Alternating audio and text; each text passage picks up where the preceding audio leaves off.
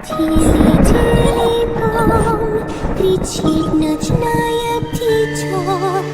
А нози побрались в том, тем, кому не стыдится.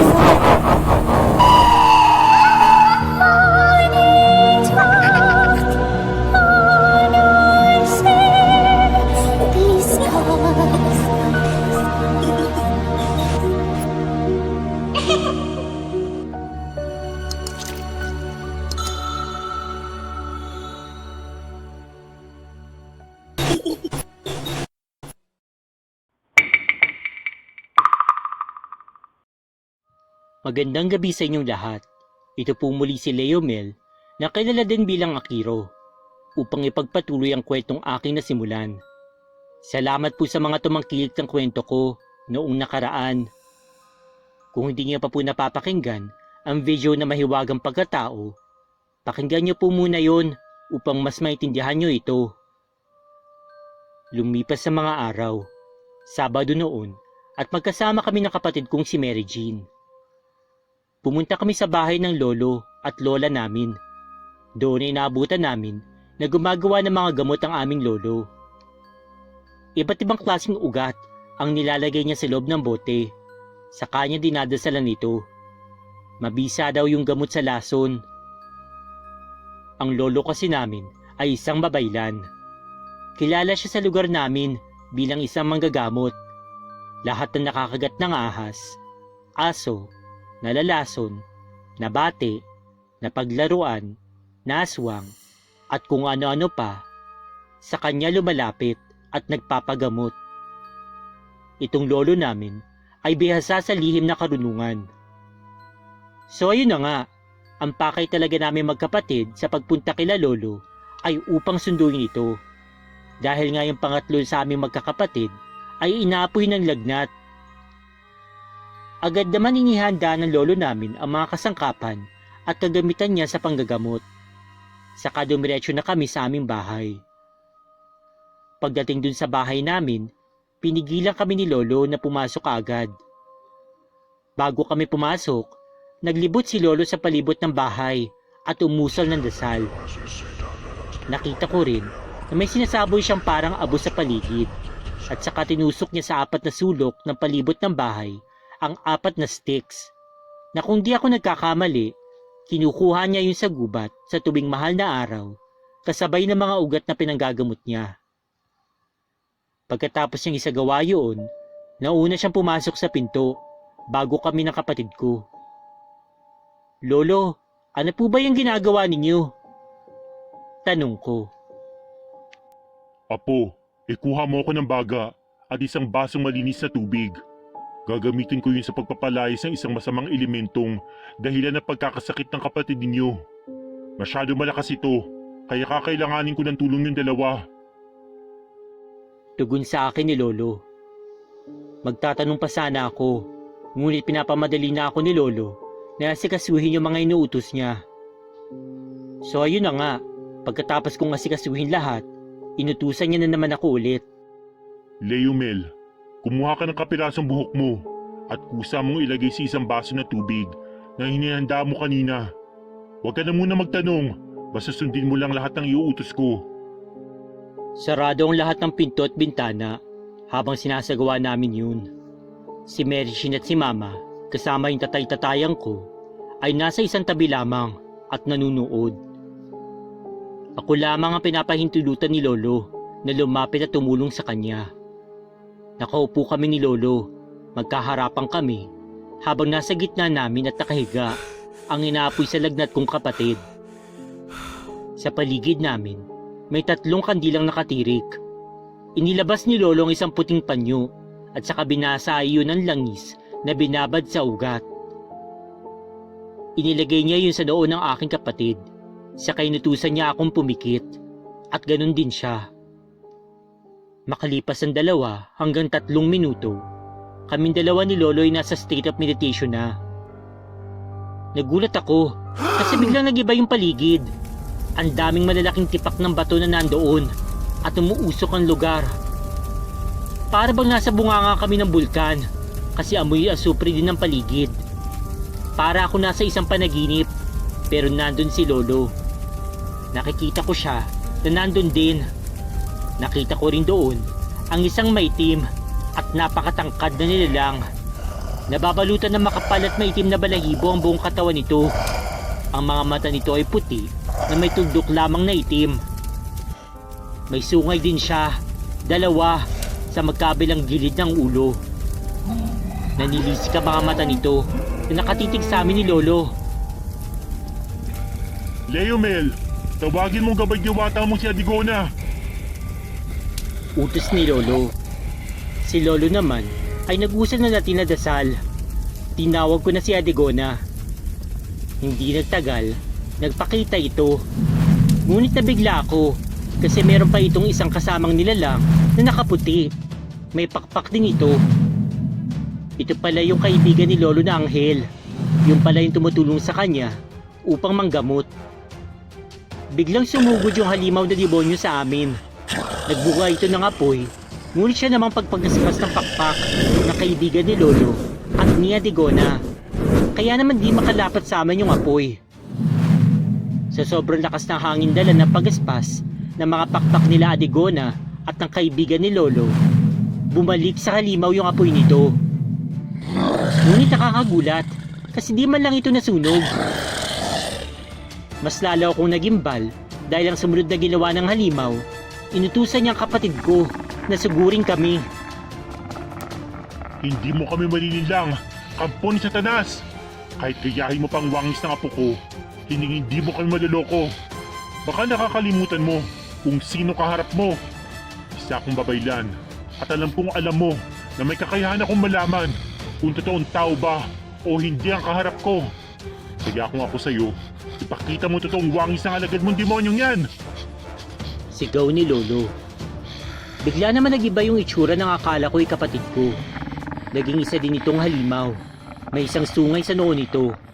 Nababalot ng makapal at maitim na balahibo ang buo nitong katawan. Nakaramdam naman ako ng bahagyang pag-init sa likod ko. At nagulat ako dahil nagkaroon ako ng pakpak. Nakangiting nakatingin sa akin si Adigona. Kamangha-mangha, Prinsipe Akiro. Labis ako napabilib sa pambihira mong lakas at ang tinataglay na anyo mo ngayon. Wika niya. Nagkaroon ako ng pakpak. Kulay ginto. Humaba ang aking mga tenga. Naging ginituan ang aking buhok at humaba. Nagkaroon din ako ng gintong pabilog na parang korona na nakakabit sa aking noo. Sa gitna nito, may isang bato na kulay puti. Lumiliwanag yun at naramdaman ko rin na bahagyang tumangkad ako. Ang ganda na kasuotan ko, naging kulay puti. Ang gaan at ang sarap sa pakiramdam. Ngunit bago pa mamakalapit yung halimaw, agad si Adigona nang pumibabaw gamit ang kanyang mga pakpak. Lumipad siya pa itaas. Mula sa taas, may mga halamang ugat na lumabas sa kamay nito at ginapos ang katawan ng 2 demonyo. Gawin mo na! Sigaw nito kay Lolo.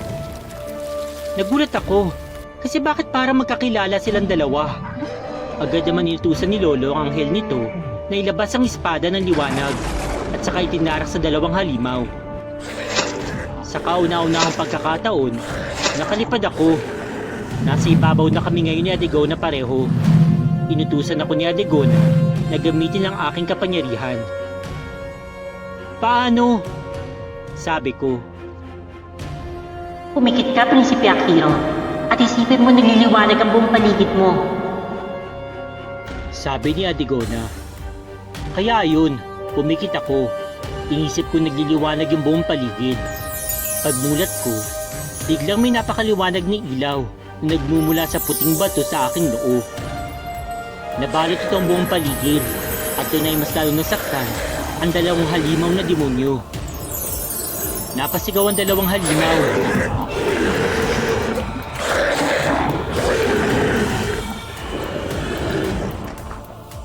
Habang unti-unting nalulusaw ang 2, biglang kumanta si Adigona. Hindi ko maintindihan yung kantang yun at kung para saan. Saka, bakit naman niya biglang naisipang kumanta? Nasa kalagitnaan kami ng laban. Pero napakaganda ng awit na yun. Yun pala ay upang tawagin ang espiritu ng kapatid ko na bumalik. Dahil sinama ito ng 2 halimaw na demonyo papuntang impyerno. Manghang-maha talaga ako sa mga nasaksihan ko.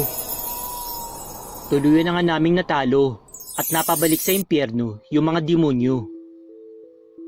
Pagkatapos noon, bigla na lang naglaho si Adigona, pati yung anghel.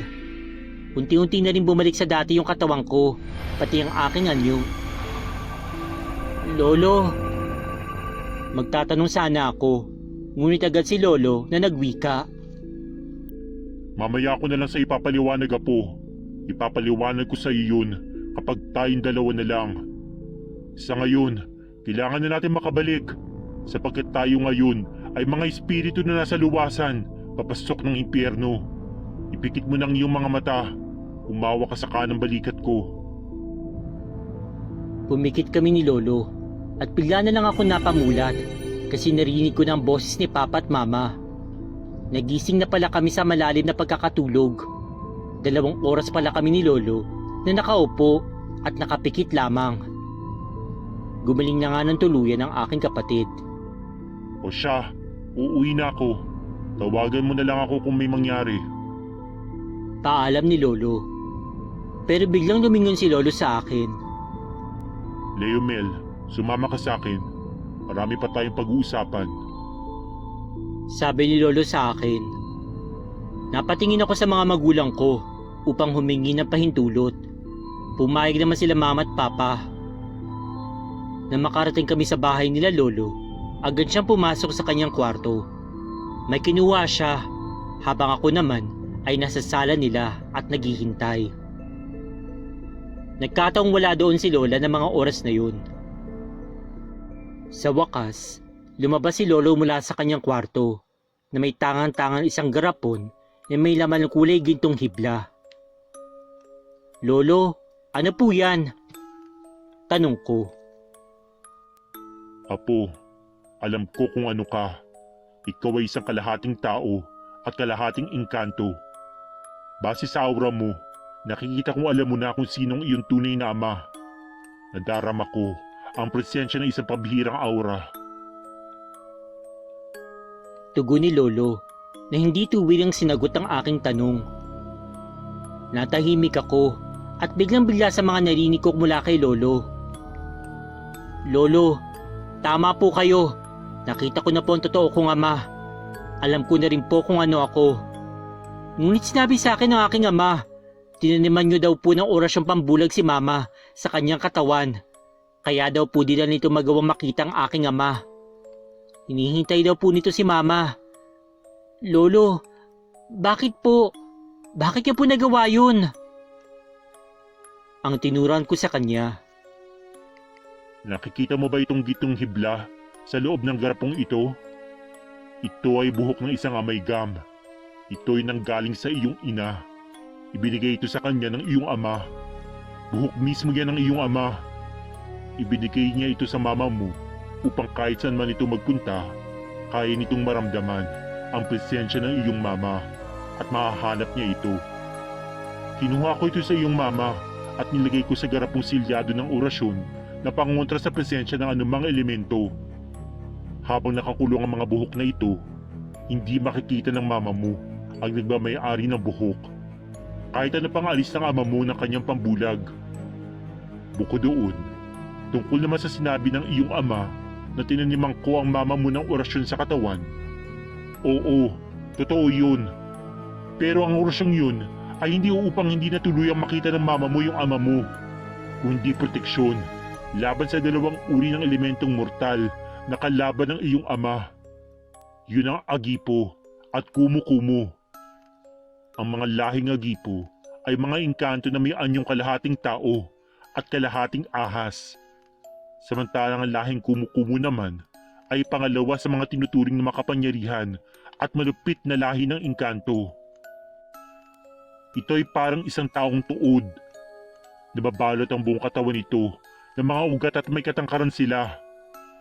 Binalaan nila ako na kapag hindi ko daw ginawa ng paraan upang malayo ang anak ko sa hari ng mga amalgam, papatayin nila ito.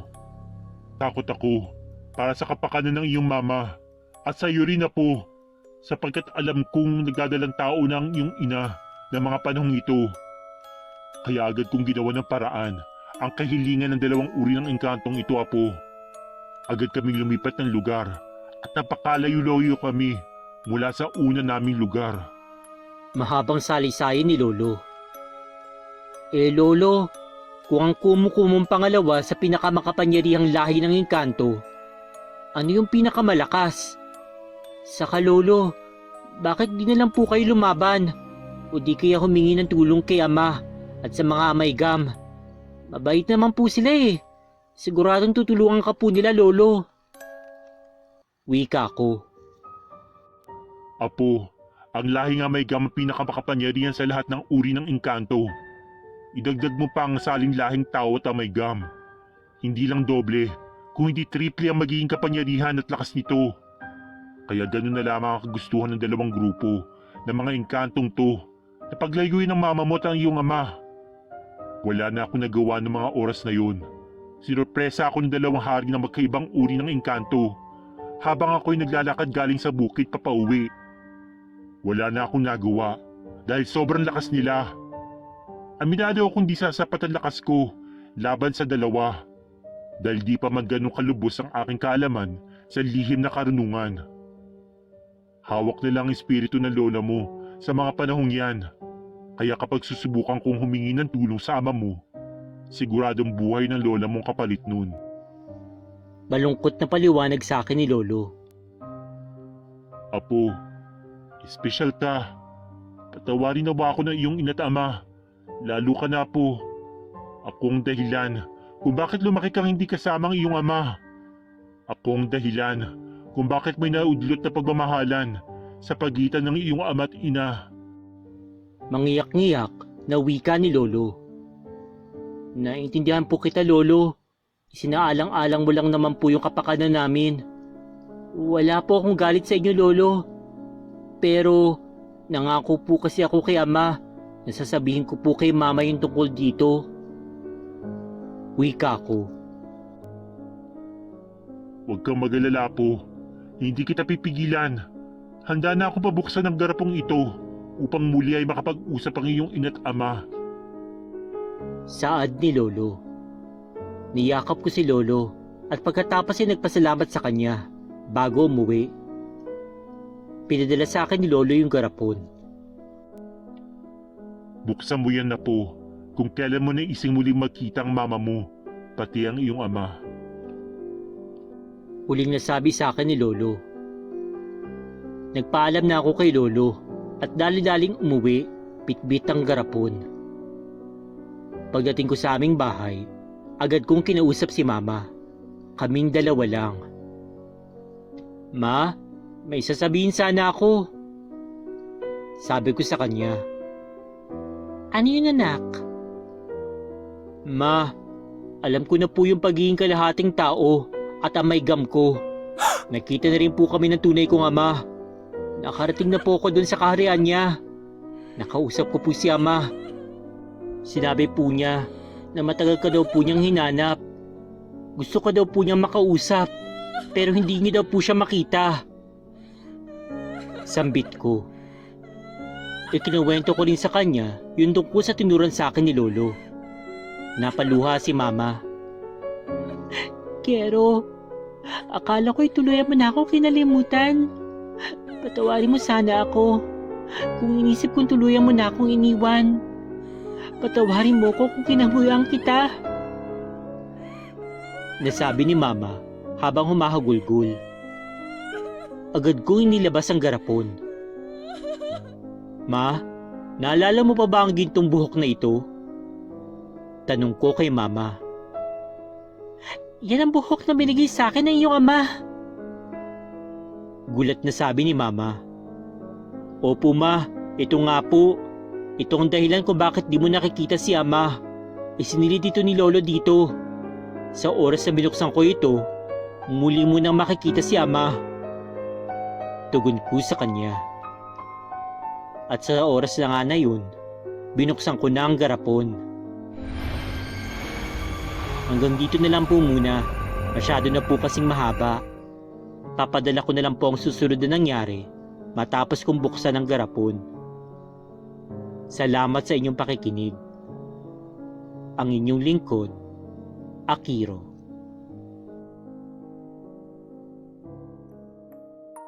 Hello Spooky Dolls, good evening. Before anything else, gusto ko sana batiin lahat ng mga OFW at mga Filipino immigrants, pati na rin po yung mga Pinoy na tulad ko na nandito lang po sa Pilipinas, at yung mga taga-ibang dimensyon at taga-ibang mundo na tumatangkilik at sumusuporta po sa Dolls and Spooks. I hope that you're all doing well. So ito na nga po yung pagpapatuloy po ng kwento po ni Leo Mel o ni Akiro. Okay, na tawagin na lang natin na Akiro para hindi po nakaka-confuse. Okay, so una kong binasa yung kwento po ni Akiro last Sunday. Okay, so kung hindi niyo pa po yun napakinggan, make sure po na yun po muna yung pinakinggan ninyo. Okay, para hindi po kayo malito. Pero kung nakarating na kayo dito sa parting to, malamang pinakinggan nyo na yung second story. So hopefully hindi kayo nalito. But anyway, okay, so yun nga po. So si Akiro ay kalahating engkanto at kalahating tao. So maraming salamat sa iyo Akiro sa pag-share ng iyong kwento dito sa ating channel. Ngayon I'm sure, makakakita ko ng isang comment po dyan sa comment section na magsasabi na bitin. Okay, so given na yon, bitin po talaga dahil naiwan po tayo sa isang cliffhanger. Okay, na bubuksan nga po yung garapon na naglalaman po ng hibla ng buhok po ni Kero.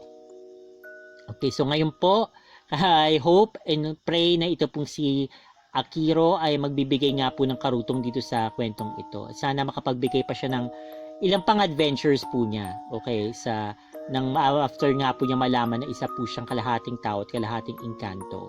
Okay, so maraming salamat sa iyo Akiro. Hihintayin po namin yung kasunod po ng ikwento mo. Okay? Pero before po tayo magpatuloy po sa ating discussion para sa kwentong ito, gusto ko po munang batiin of course si Shahani St. Thomas, si Burns A, Savannah Marsanio, Kono Begaku, Django 123, Sweet Lady Centeno, Trinato Tan. So sila po ang mga minamahal po natin mga members dito po sa ating channel. So thank you po talaga sa inyo sa pagtuloy niyo pong pagsuporta po dito sa ating channel at sana huwag kayong magsawa na sumuporta. So thank you po talaga. Okay, so later on na lang po muna yung mga iba pong mga shout out. Okay, so unahin ko po muna yung discussion para po masabi na po natin to bago po yung shout out. But anyway, okay, ito na nga. Okay, so ito na nga. So si Akiro, so ito na, nagtatransform na po siya habang tumatagal, palakas ang kanyang kapangyarihan. Okay, so at itong lolo niya talagang hindi na nagkukunwari na parang, hindi ko alam na isa kang engkanto, ganyan.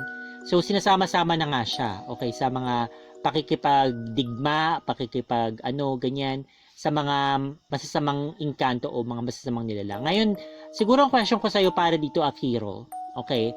Kasi yung parang sabi ko yung parang demonyong halimaw na ano ba to? So demonyo ba talaga sila o halimaw ba o elemento ba sila? Kasi parang medyo hindi ko sure kung ano ba talaga silang matatawag o maituturing. Kasi yun nga, so una ni-refer sila ng lolo mo as parang malakas na elemento.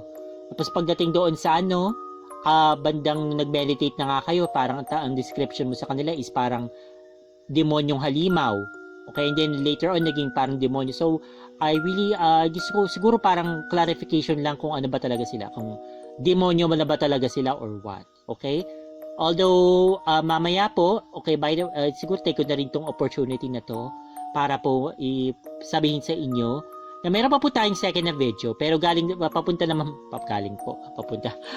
sa akin, galing naman po ito mula kay John Healer. So may paliwanag po siya na kaunti regarding po dito. And might as well take ko na rin tong opportunity para i-address ang isang bagay. Uunahan ko na po kayo kasi I'm sure may mga magko-comment din po eventually. Yes, medyo may pagkakatulad po itong kwentong ito sa kwento po ni John Healer. Okay? So bakit? Kasi pareho silang may lolo na parang manggagamot o dito naman sa kanya babaylan and then nakakatulong-tulungan niya. Pero ang difference lang nila is kalahating engkanto nga po itong si Akiro. Hindi po siya talagang tipong healer talaga or manggagamot nga. Okay, so remember, okay, ito lang po yung gusto kong sabihin po dito na hindi po marami pong kwento tungkol po sa healers. Okay? Marami pong mga kwento tungkol nga po sa may kakayahan nga po sila nakakaiba.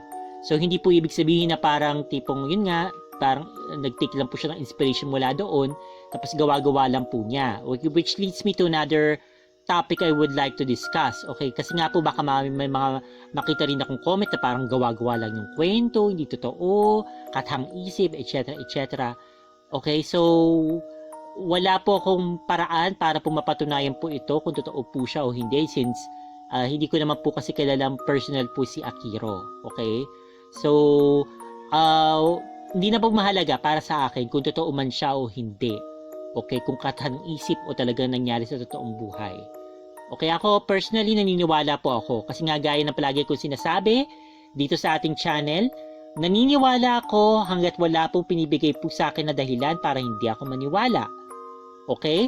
So, ayun po, kung sinasabi niya po na totoo ito, paniniwalaan ko po ito dahil wala naman po akong dahilan, okay, wala naman po ako nakikitang matibay na rason na para isipin na hindi siya nagsasabi ng totoo.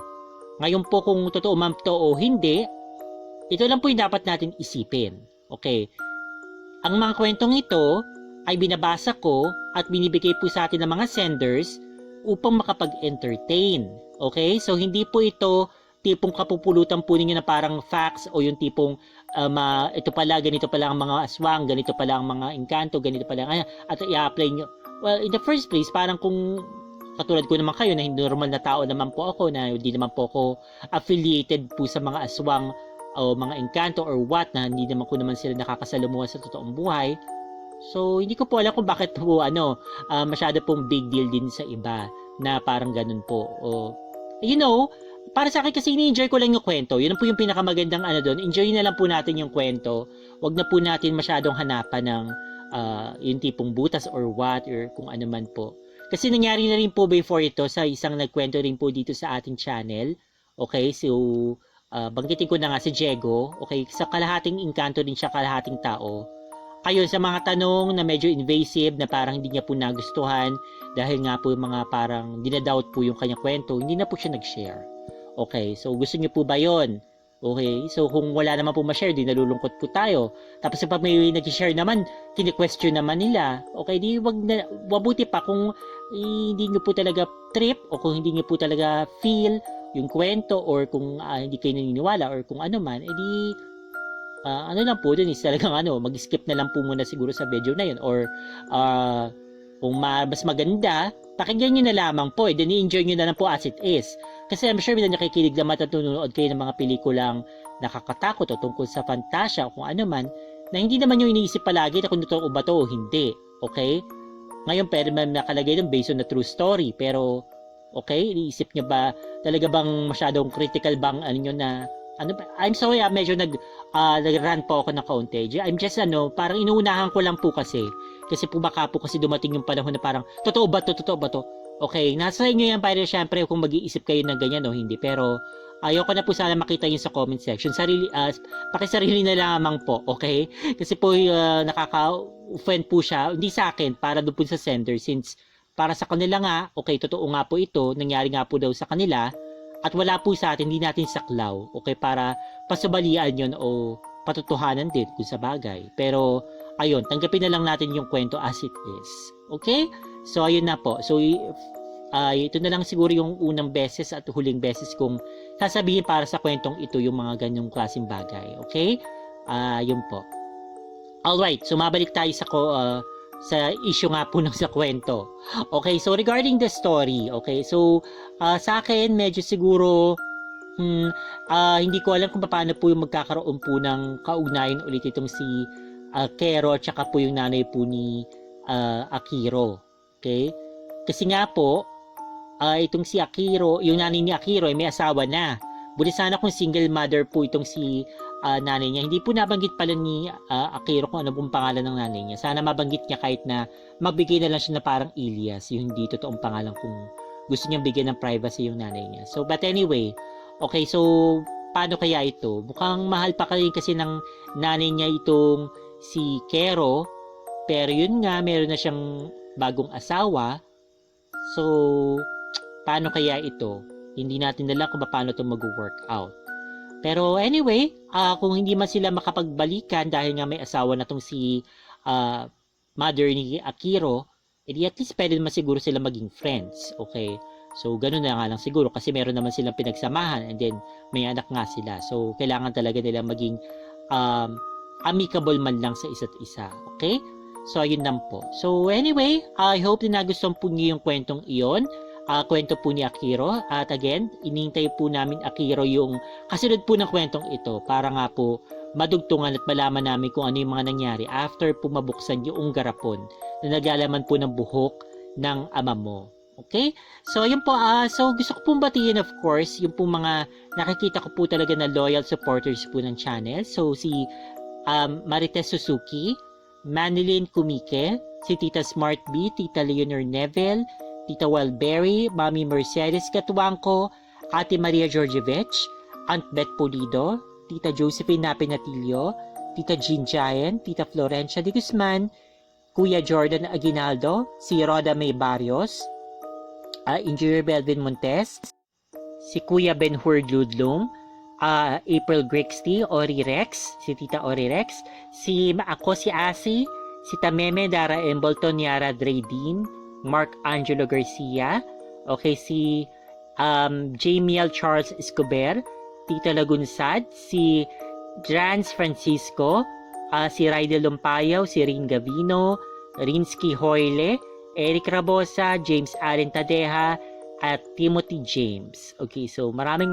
salamat sa inyo sa patuloy niyo pong pagsubaybay dito. Then ihabol ko rin po si Nut Isaac at saka po si Carmelita de Guzman. Okay, so thank you po talaga sa inyo mga ma'am and sir sa palagi niyo pong pagsuporta dito sa channel.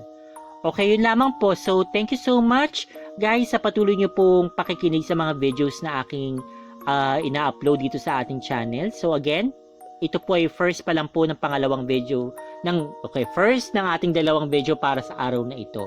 Abangan niyo po later yung pong kwento naman po ni John Healer. Alright, so thank you so much for listening and watching. Take care always and God bless. Stay fabulous and spooky dolls. Bye-bye! Meron ka bang spooky story na gusto mong i-share? Kung ganon, ipadala mo na yan sa dollsandspooks@gmail.com. Huwag din kakalimutan na mag-subscribe, mag-like, mag-comment, at i-share ang video. Kung hindi, pupuntahan kita sa bahay mo.